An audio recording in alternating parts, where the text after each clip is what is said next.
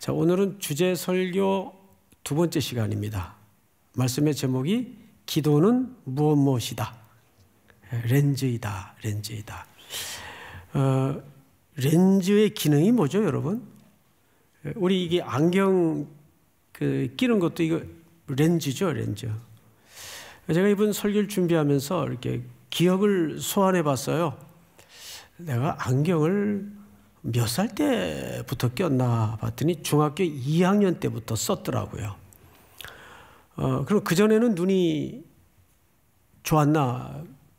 그렇지 않았어요. 그전에도 눈이 나빴는데, 제가 이제 항상 그 공부에 열중하다 보니까 늘 앞자리에 앉아 썼습니다.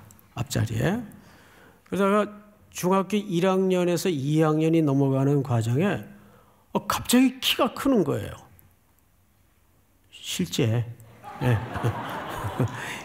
이 키가 사실은 중학교 2학년 때 키입니다. 예. 그러니까 그때 키 기준으로는 꽤 큰 키에 속해서 그 당시에는 학생들 진학을 하면 담임 선생님이 쭉 줄을 세워놓고 키를 재요. 그래서 키 순서대로 이제 번호를 매겼습니다. 그리고 그 당시에는 한 반에 60명이었으니까 제가 저 뒤쪽으로 가더라고요. 그러면서 자리도 맨 뒷자리에 앉게 됐어요. 그 2학년 첫 학기 시험을 쳤는데 성적이 급격하게 폭락을 한 겁니다. 그런 학생들은 선생님이 부르거든요. 너 공부를 곧잘 했는데 너 갑자기 왜 이러냐, 성적이.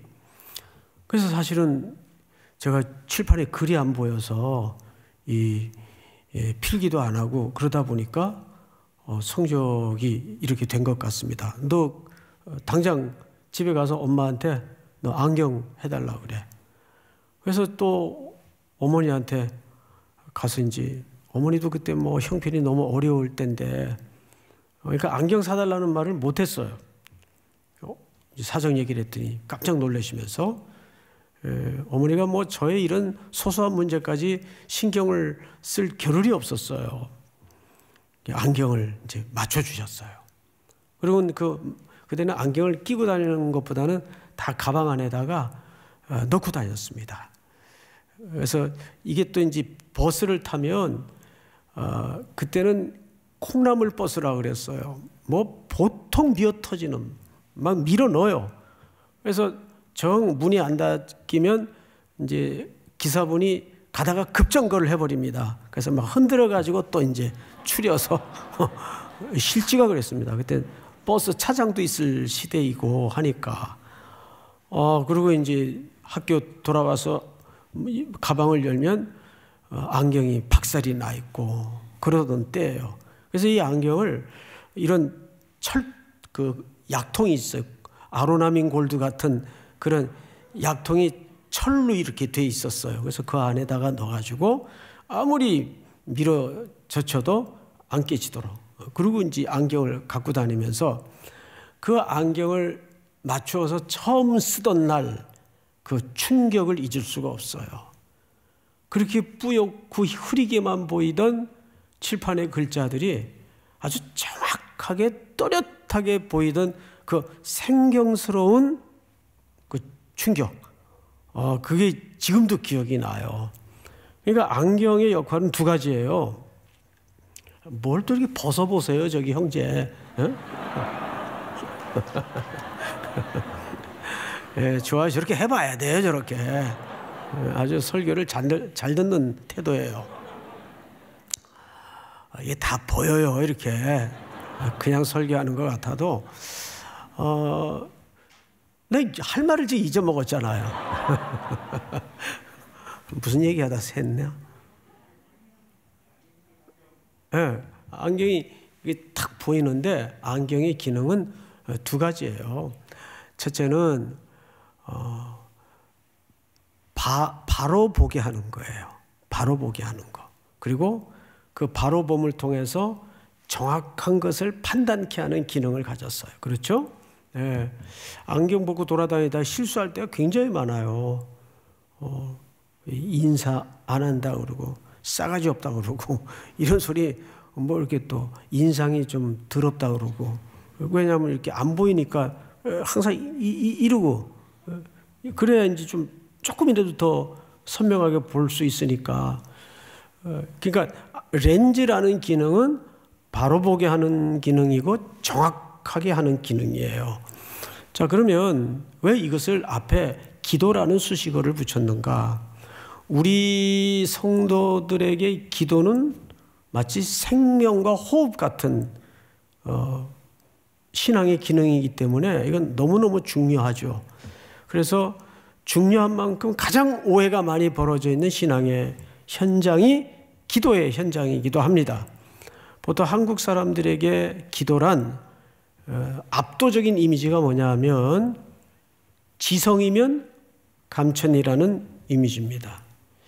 근데 그런 것이 기도라면 여타 꼭 기독교가 아니래도 일반 종교에도 기도의 기능은 그런 거예요. 사람이 정성을 들여서 정성을 쌓아야 신이 감동을 해서 인간의 니즈를 채워준다. 뭐 이런 것이 기도의 보편적 이미지란 말이에요.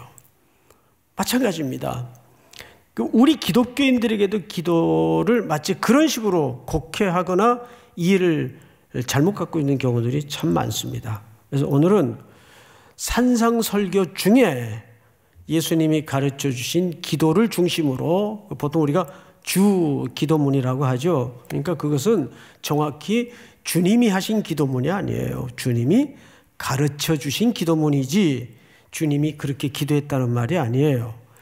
자, 그 기도문을 중심으로 우리가 바르게 시각을 좀 교정하고 뭘 정확히 봐야 될 것인가에 접근을 좀 해보도록 하겠습니다. 우선 몇 절을 보시냐 하면 9절을 보세요. 9절. 그러므로 너희는 이렇게 기도하라. 자, 여기서부터 여러분들이 시작. 하늘에 계신 우리 아버지여, 이름이 거룩히 여김을 받으시오며 나라가 임하시오며 뜻이 하늘에서 이루어진 것 같이 땅에서도 이루어지이다. 예, 우선 첫 번째로 9절에 하늘에 계신 우리 뭐죠? 아버지요. 자, 이것은 산상설교라는 새로운 하나님의 나라의 윤리 속에 공동체에게 가르쳐준 공동체의 기도문이에요. 그런 커다란 기초에서 오늘 본문을 봐야지 해석에 비틀림이 없어집니다. 자, 그러면 예수님이 기도를 가르치는데 원문에 보면 파텔 이 단어가 제일 앞에 있어요. 이 파테르라는 말은 아버지라는 뜻입니다. 아버지요. 이걸 첫 글자에 놔요. 자, 혹시 여러분들은 이제 오늘 이 3부 예배가 대부분 이제 젊은이들이 많이 계신데 아버지 또는 아버지 하면 어떤 느낌이 탁 먼저 이렇게 전체 이미지로 떠오르십니까? 저도 한번 설교를 준비하면서 떠올려 봤어요. 아버지 하면 나한테는 어떤 그림일까? 어떤 존재일까? 근데 좀 슬프게도 별로 추억도 기억도 없어요. 뭐 간간히 제가 설교 시간에 말씀드렸던 것처럼 저는 학교 들어가기 전에, 초등학교 들어가기 전에 아버님이 갑작스러운 질환으로 일찍 떠나셨어요. 그저 기억이래야, 뭐 추억까지 얘기할 것도 없고 기억이래야 제가 어린 시절을 대구에서 살았기 때문에 아버지하고 그 집차 타고 오리 사냥 갔던 거 이건 굉장히 선명하게 남아요. 또 아버지 퇴근할 때까지 군인이셨는데 무서우셨어요. 퇴근할 때까지 그 분홍색 종이에다가 친히 구구단을 써서 주셨어요. 외우라고. 학교도 안 들어간 애한테. 그거 어떻게 외워요, 제가. 그래서 못 외우고 아버지를 맞으니까 펌프가에서 혼난 기억들. 또 하나 황당했던 것은 지금 생각해도 조금 그런데 그때는 얼마나 황당했겠어요. 그때는 저녁마다 스물스물 골목으로 이 거지들이 집집마다 밥을 얻으러 다녔어요. 망태 같은 거 이렇게 옆에 메고. 그게 뭐 저녁마다 있는 일이니까 저녁에 또 저희 집에 거지들이 밥을 얻으러 왔단 말이에요. 근데 마침 그 시간에 아버님이 퇴근하시는 길이었어요. 근데 저를 봤어요.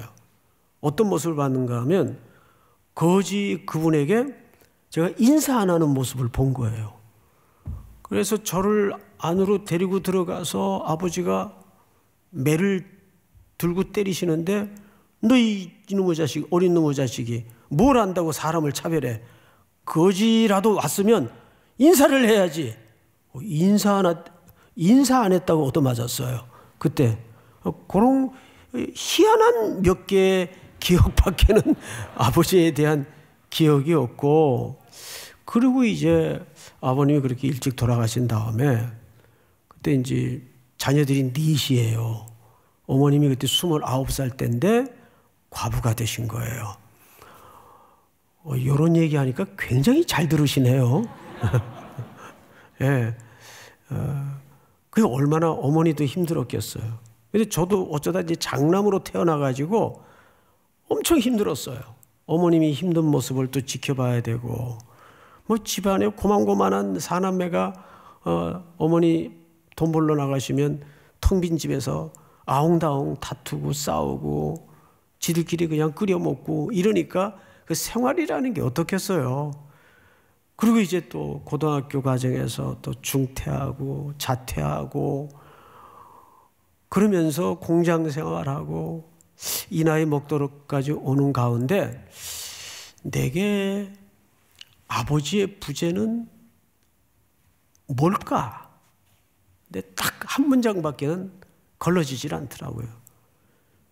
참 너무 힘들었다. 제게 아버지의 부재는 그냥 너무 힘들었다라는 생각밖에 나질 않아요. 그러니 조금 부족한 아버지라도 여러분 아버지가 있는 게 얼마나 복인지 아세요? 예? 아버지 존재가 물론 이 세상에는 비상식적인 아버지도 물론 많죠. 그러나 그런 연약한 아버지일지라도 아버지가 있다는 것은 어마어마한 보호막이고 벽이 든든한 지지대예요. 그런데 오늘 예수님께서 우리에게 첫 번째로 가르쳐 주는 게 뭐냐면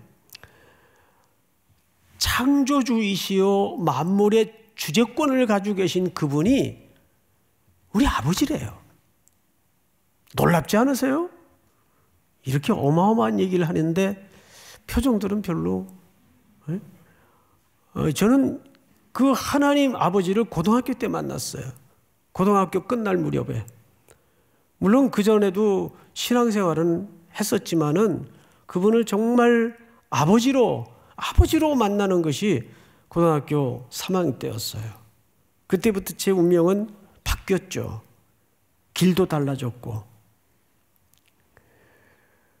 근데 그 아버지는 우리에게 어떤 아버지냐 하면 청구서 내밀면 늘 그냥 들어만 주는 그런 아버지가 아니에요. 야고보서 1장을 한번 볼까요? 너희 중에 누구든지 지혜가 부족하거든 모든 사람에게 어떻게 주시고 후히 주시고 꾸짖지 아니하시는 하나님께 구하라. 이 하나님이 우리 아버지란 말이에요. 그리하면 주시리라. 여기서 우리에게 그분은 어떻게 주신다고 돼 있죠? 후히 주신다고 돼 있어요. 여러분, 이 후히 준다는 말은 그저 10만 줘도 되는데 2개, 3개 더 얹어서 12, 13을 준다, 넉넉하게 준다, 이런 단순한 개념이 아니에요. 제가 야고보서 강의를 할 때 여러분들과 이 말씀을 틀림없이 나누었었어요. 여기 후히 준다는 개념은 이런 뜻입니다.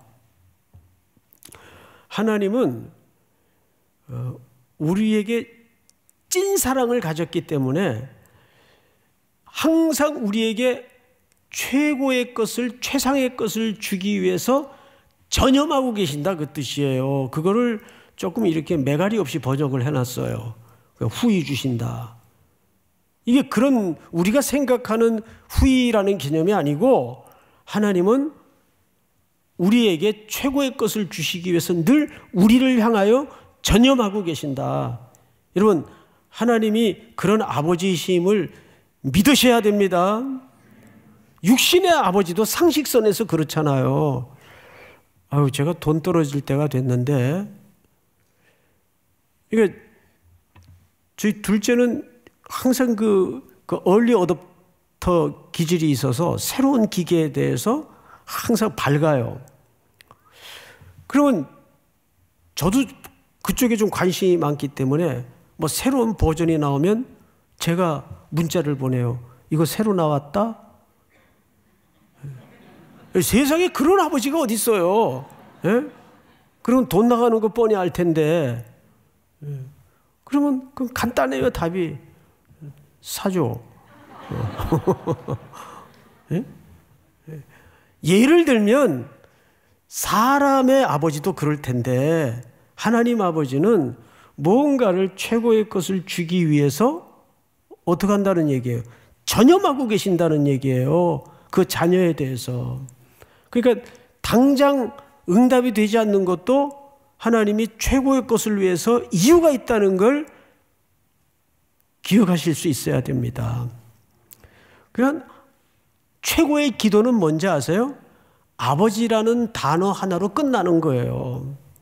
저 오늘따라 좀 아이들 얘기를 해서 죄송한데, 제가 이제 우리 딸한테 큰 교훈을 하나 배운 게 있어요. 얘가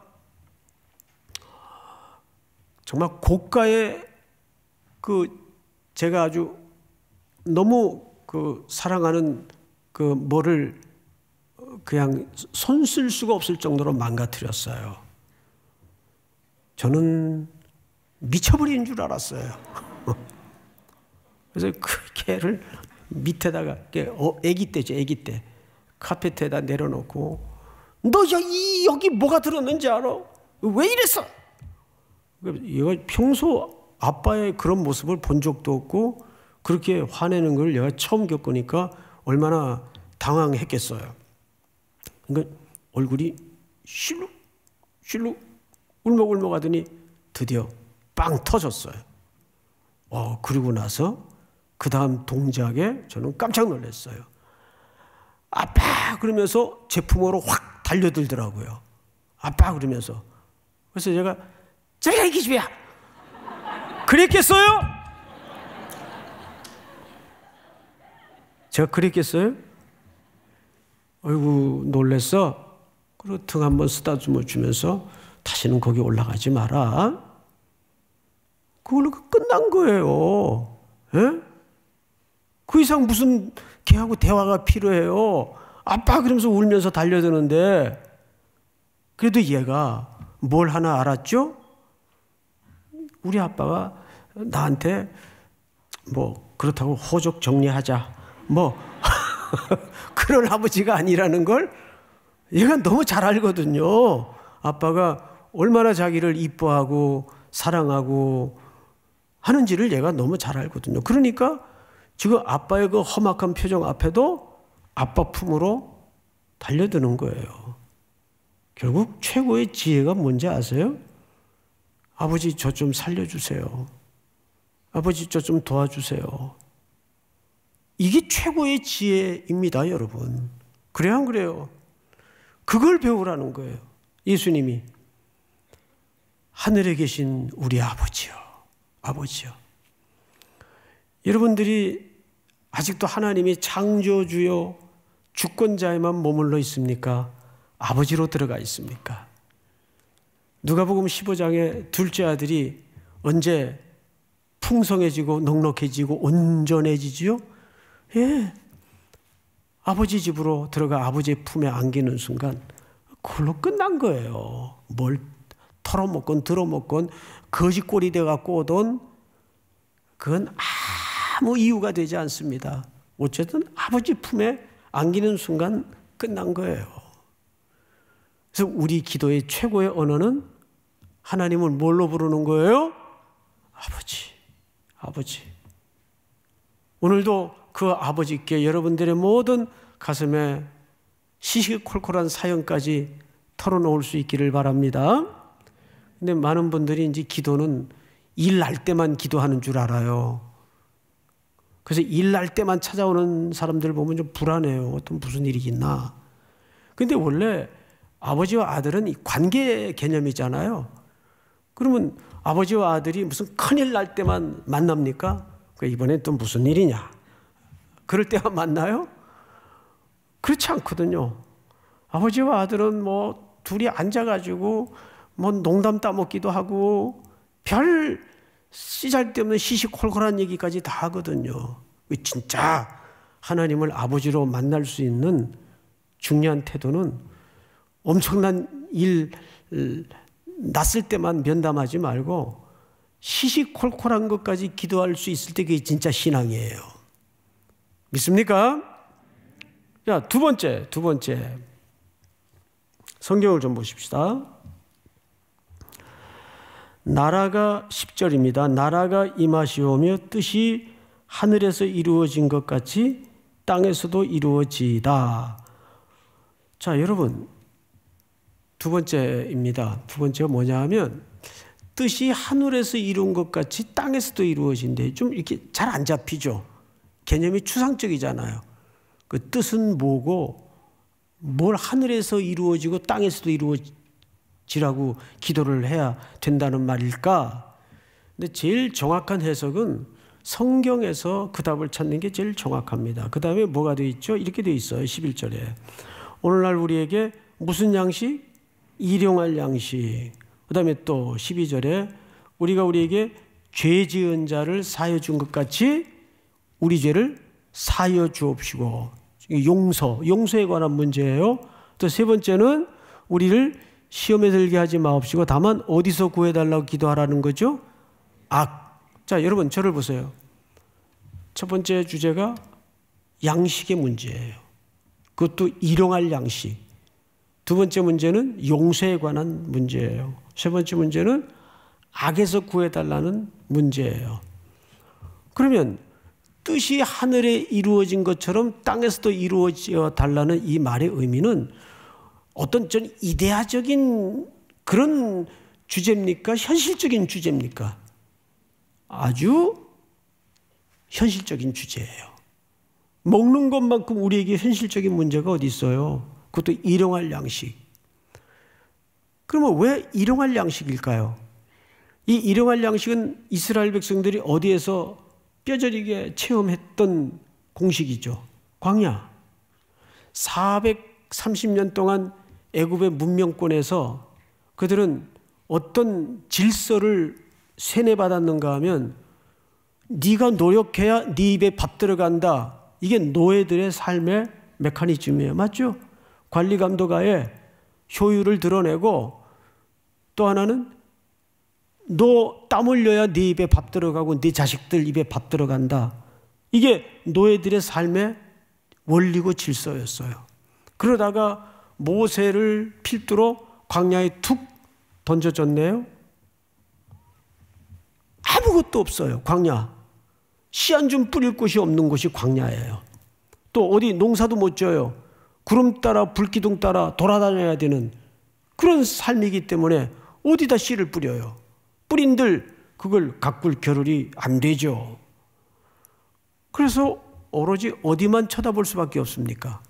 하늘만 쳐다볼 수밖에 없어요. 그래서 하나님이 매일 만나를 내리셔서 그들로 하여금 거두러 나아가 먹고 살게 만듭니다. 이런 생각을 해볼 수 있잖아요. 그럼 그렇게 이왕 하실 거면 그 1년치 왕창 주어서 쌓아놓고 모아놓게 해서 매일 거두러 나가는 수고로움을 좀 덜어줄 수는 없었는가? 몇 가지 이유가 있죠. 첫째, 이 백성들로 하여금 생명의 근거가 되는 이 양식은 누구로부터만 온다는 것을 새겨놓는 겁니까? 하나님께로부터만 온다는 걸 새겨놓는 거예요. 두 번째는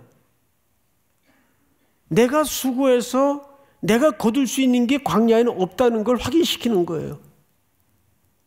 오로지 하나님께만이 내 생명에 출처가 있다는 걸 그런 방식을 통해서 새겨넣는 겁니다.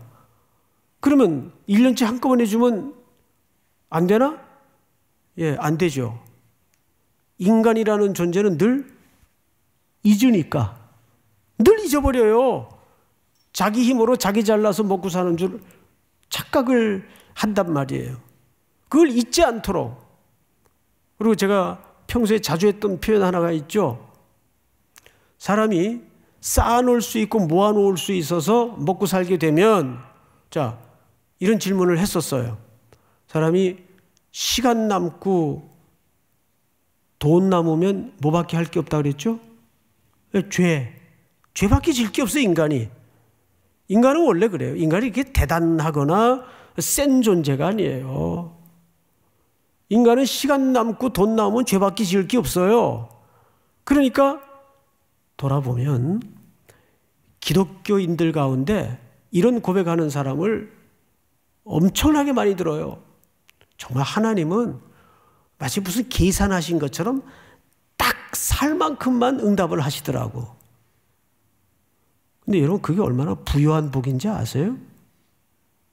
이 설명을 듣고 나니까 일용할 양식의 분량이 얼마나 하나님의 은총의 분량인지 이해하십니까, 여러분? 그래서 일용할 양식이에요. 그러면 두 번째 주제가 용서의 문제예요. 이건 관계를 얘기하는 거죠. 또 악의 문제예요. 이건 우리의 근본적인 심령의 문제를 지적하는 거죠. 그러면 일용할 양식, 용서의 문제, 악의 문제, 이 세 개 공통 지점이 뭡니까? 예, 이 세 개의 공통 지점은 우리의 한계, 우리의 연약함을 폭로시키는 거죠. 우리가 얼마나 한계를 가진 존재인가, 우리가 얼마나 유한하고 그리고 늘 죄에 넘어질 수밖에 없는, 우리가 완벽하다면 그런 기도할 필요가 없죠. 자기 힘으로 먹고 살면 되는데 뭐. 근데 일용할 양식의 문제도 그래요. 세상에서 비즈니스 하는 사람들이 수고한 대로 거두면 얼마나 좋겠어요. 정말 누구보다도 열심히 들고 뛰었는데 돌아오는 건 마이너스, 부채, 부도, 파산, 이런 결과를 얻어들 때가 얼마나 많아요. 그래서 이런 일용할 양식의 문제라든지 용서의 문제라든지 죄악의 문제는 우리가 얼마나 연약한 피조물로서 하나님 앞에 유한한 존재인가, 동시에 그분의 보호와 그분의 인도와 그분의 거두심 없이는 우리는 어찌 한 걸음도 호흡도 내뱉을 수 없는 연약한 존재라는 걸 매일 직시하고 살라고 말이에요. 제가 또 평소에 여러분들에게 자주 물었던 질문이 있어요. 하나님은 그래서 매 순간순간마다 우리에게 뭘 묻죠? 너 그래도 네 힘으로 살래? 내 힘으로 살래? 그걸 늘 물어요. 너 그래도 네 힘으로 살아갈래? 내 힘으로 살래? 만물의 주재권을 가진 하나님의 힘으로 사는 게 훨씬 쉽죠. 그분을 의지하여. 이것이 오늘 이 기도 속에 우리에게 가르쳐주고 있는 새로운 삶의 원리, 새로운 질서란 말이죠. 자, 그러면 이제 한 가지. 여러분, 지금 주기도문 마태복음 판에서 여러분 눈에 제일 많이 이렇게 얻어 걸리는 단어가 뭐라고 보세요? 어떤 단어가 제일 많이 눈에 띕니까? 자, 제가 한번 읽어볼게요. 9절. 그러므로 너희는 이렇게 기도하라. 하늘에 계신 우리 아버지여, 이름이 거룩히 여김을 받으시오며 나라가 임하옵시고 뜻이 하늘에서 이룬 것 같이 땅에서도 이루어지다. 오늘 우리에게 일용할 양식을 주옵시고 우리가 우리에게 죄 지은 자를 사하여 준 것 같이 우리 죄를 사하여 주옵시고 우리를 시험에 들게 하지 마옵시고 다만 악에서 구하옵소서. 자, 어떤 단어가 제일 많이 나왔어요? 그렇죠, 우리라는 단어예요.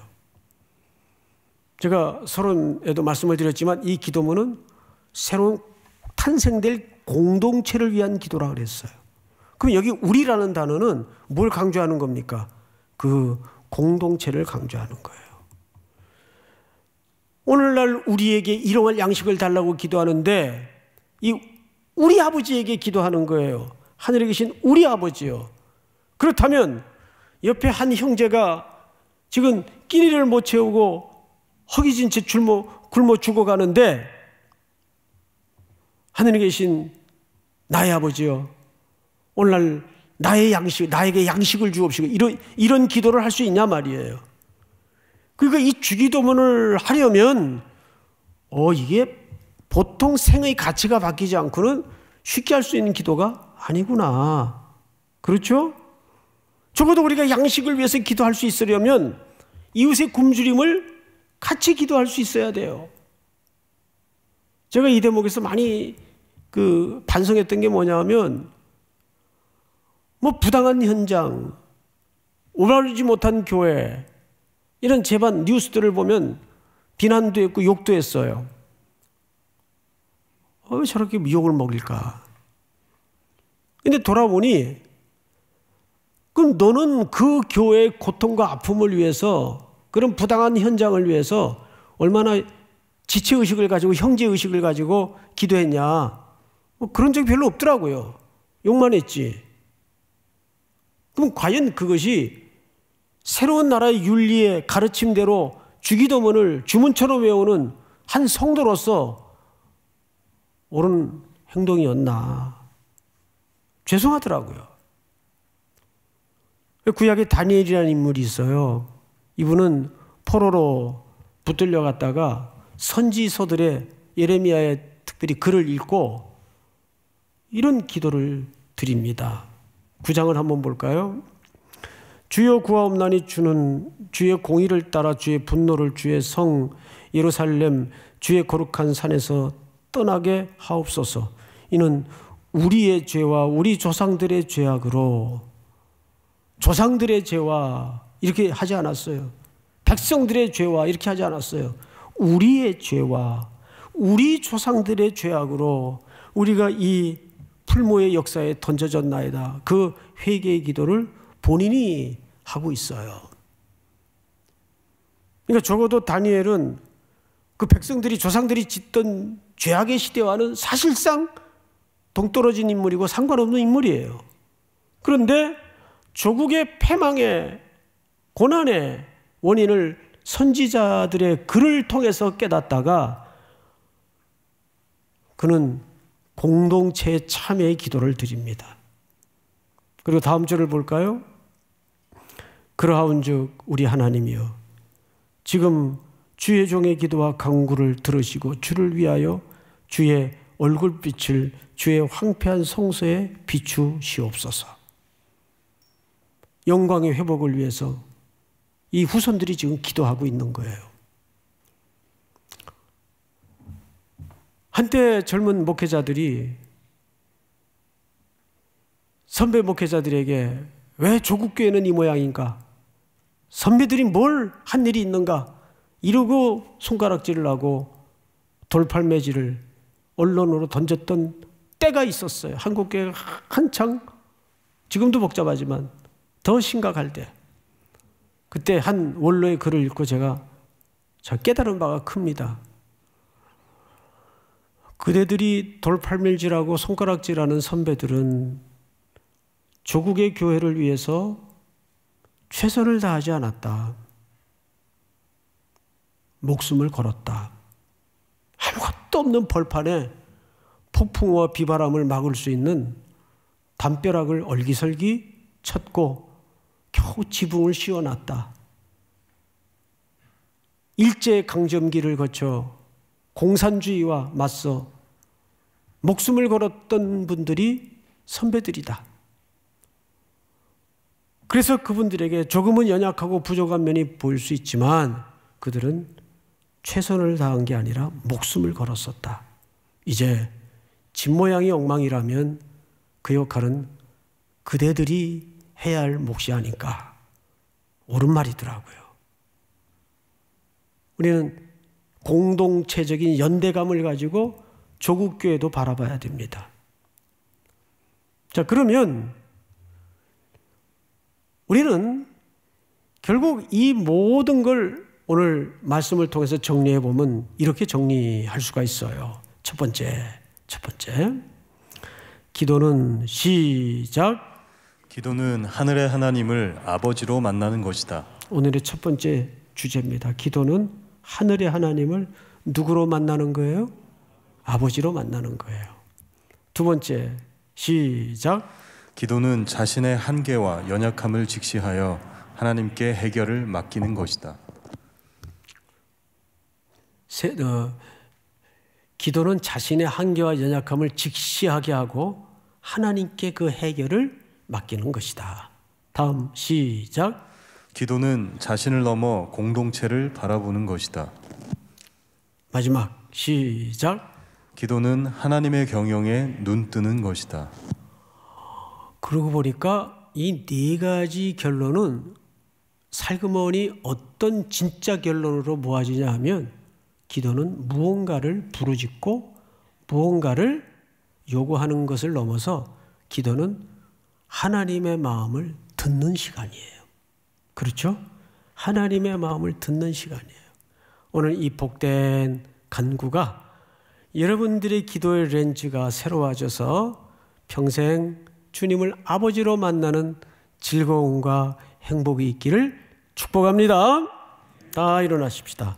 우리 선배들이 자주 불렀던 찬송가죠. 369장. 죄짐 맡은 우리 구주.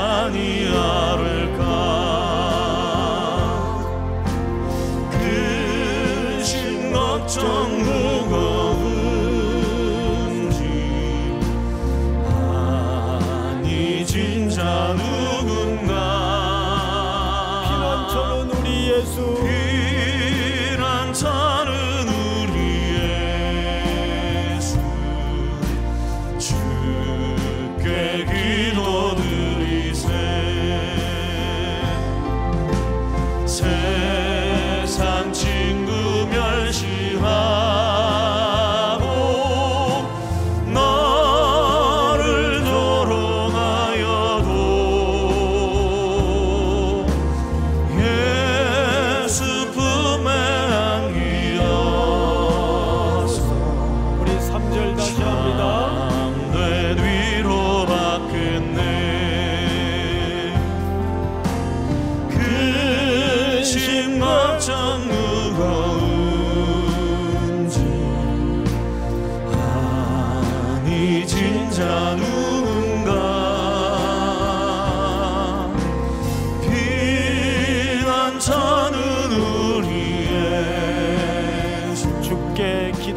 기도드리세 주께 기도드리세 세상 친구 멸시하고 너를 조롱하여도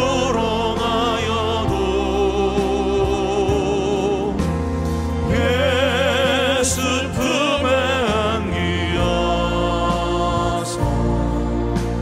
참된 위로받겠네.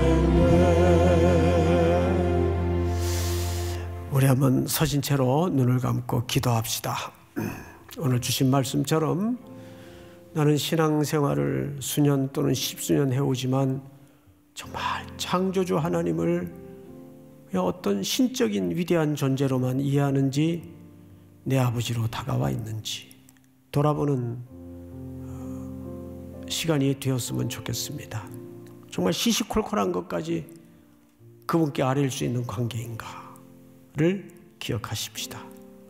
그리고 기도란 하나님의 위대한 경영에 우리를 부르시는 현장입니다. 그 말씀 붙들고 오늘 첫째는 여러분들이 하나님 앞에 꼭 올 한 해 응답받기를 사모하는 어떤 니즈를 위해서 기도해 주십시오.